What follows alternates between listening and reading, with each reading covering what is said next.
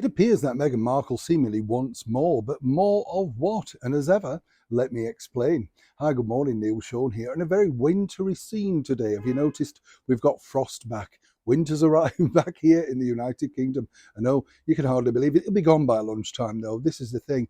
You know, for all of those climate activists out there, and I know there are many, we have to be careful. But when you talk to people of a certain vintage, hate that word age, don't you?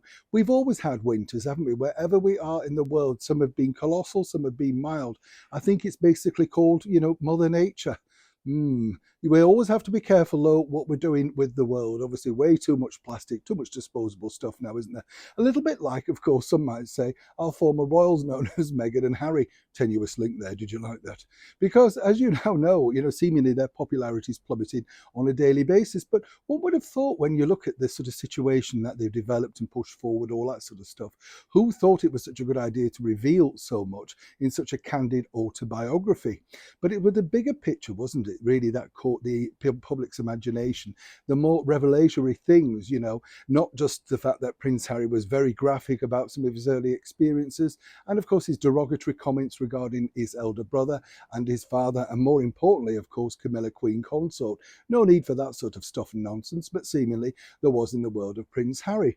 But now, of course, the bigger picture, which really blasted it, and now he's claiming that he never said it, and it's the media again that's twisted it, was that ridiculous claim about the Taliban, remember, where he was actively saying that, this is what he did, he saw them like chess pieces. Harry, it's there in black and white. You wrote it, you said it, you have to own it, as the younger generation say.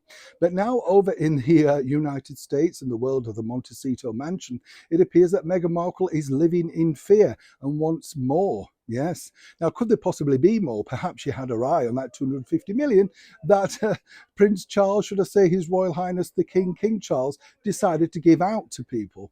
But what's interesting here also is the fact that Meghan apparently is living terrified for her own security.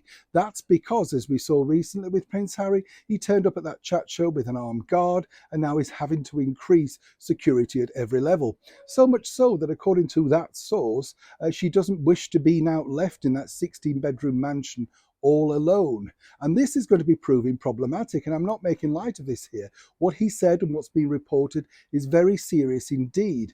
And for him now, he's put himself in a major target area, not just for him, but for his wife and children. And you can understand, if you want to show some sort of humility, that it must be terrifying now, because whichever way you look at it, they're not her words as right, or are they, or did she read it or whatever, but whichever way you do look at it, Prince Harry really now is a major target. But the bottom line is this: according to that source, Meghan now does not feel safe without extra security, which is seemingly going to cost a lot more. And on top of all of that, seemingly so much so in that large, rambling Montecito mansion.